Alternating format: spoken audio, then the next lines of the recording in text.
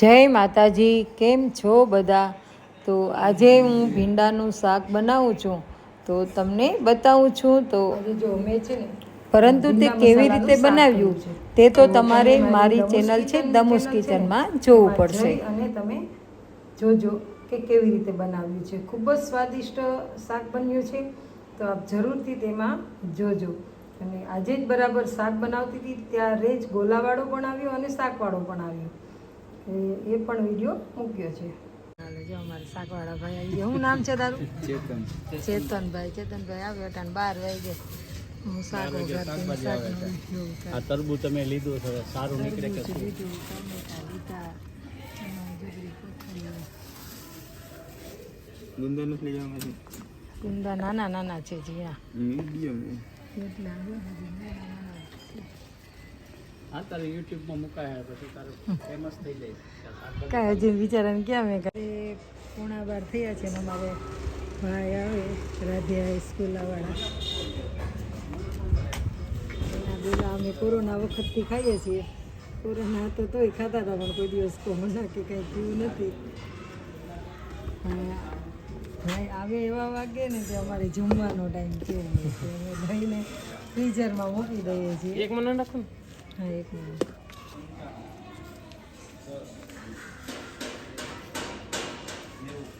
થોડા મોડા આવે તો ફૂલો ખાવાની મજા આવે. આ અમારે ફ્રીઝરમાં રાખી.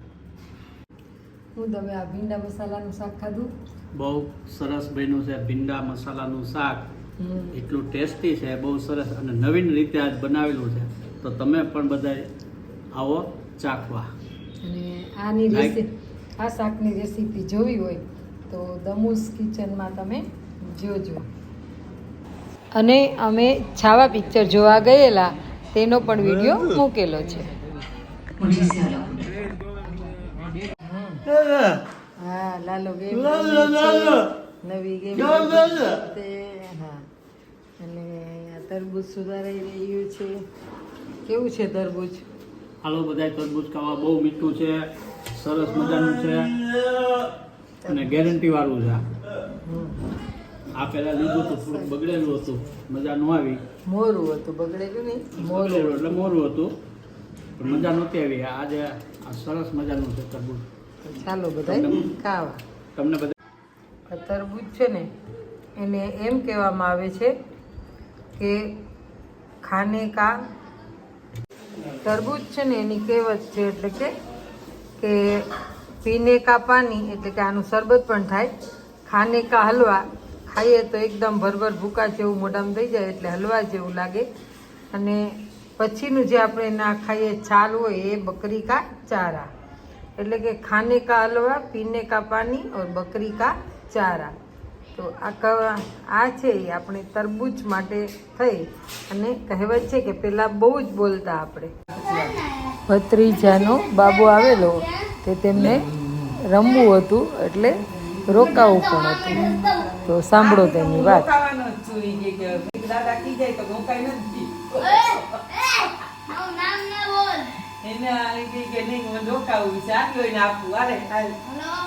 સ્પીકર પર કરો. હેલો, હા દાદા. દાદા માં રોકાવું છે.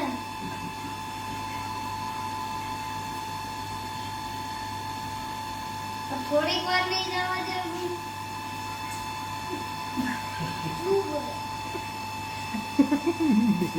બિલાડી. હાલો આવું જ છું કે 1 મિનિટ. તો રાતના 12 વાગે આવી. ના 12 વાગે આવી. ભોલું કાકા ન મૂકવા આવે 12 વાગે આપણને.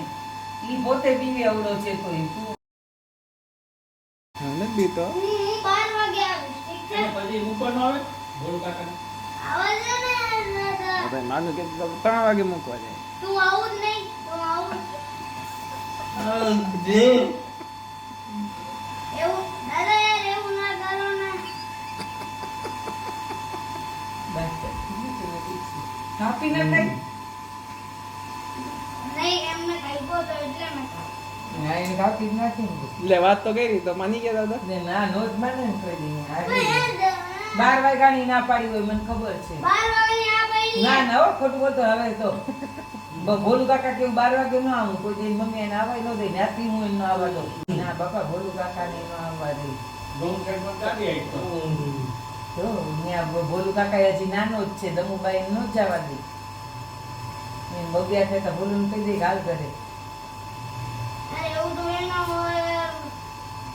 હાલ હાલ હાલ હાલ. નહીં, હું 11 વાગે તો જાય છે. 11 તો ક્યાં આવે 11:30.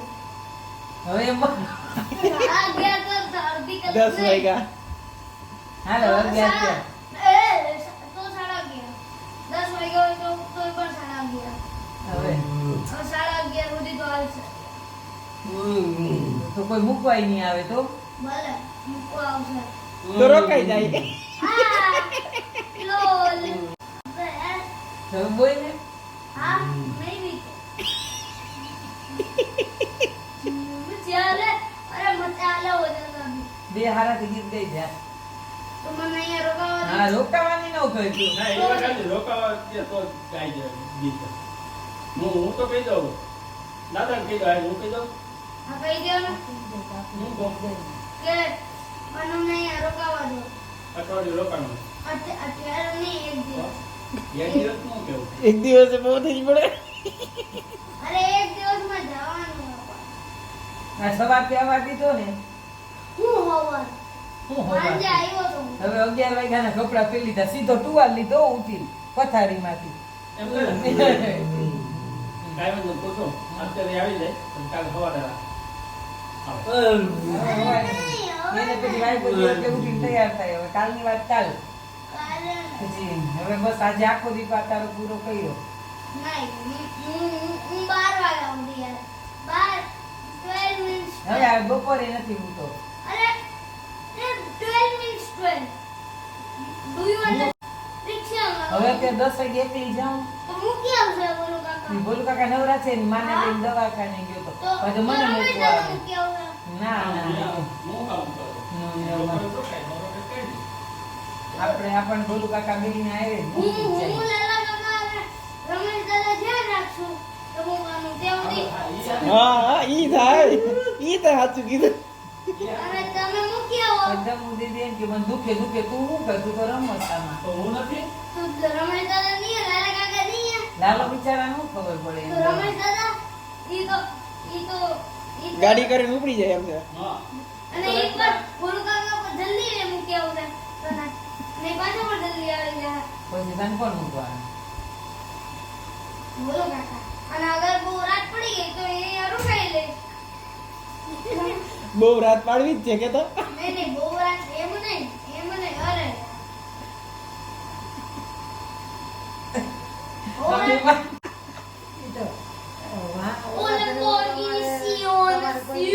પાછળ હોય તો કઈ ચિંતા જ ન હોય તો તો હાલીને હોય. હા ઈ તો રાતે 2 વાગે મૂકી જાય બમ જેવા હા એ હોય તો કઈ નહીં રેડી રાખી લેજો કોને બધું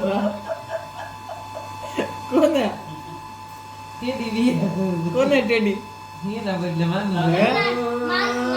મારી જેમ મને સમજી લે રેડી રાખી લેવાનું કોની પાસે દુઃખ છે તને આજે આપી દેવાનો હું આપી દેવાનું. રેડી કાકા ખીજાય, દાદા ખીજાય. અરે પણ બપોર બધાને રેડી આપી પણ દેવાનો ટેડી થોડીક જીવતો હોય.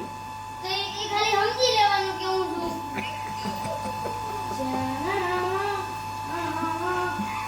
પછી જોજે અમારાથી હવારા કેમ રે રે મારે દમુને ફોન મે તું જાય ને દમુ જાણે માર રોવે ને ધોવે ને ધબ ધમાથી તૈયાર થઈને મોજા બોલતા હવારના પહેરી લીધા પણ ભાઈ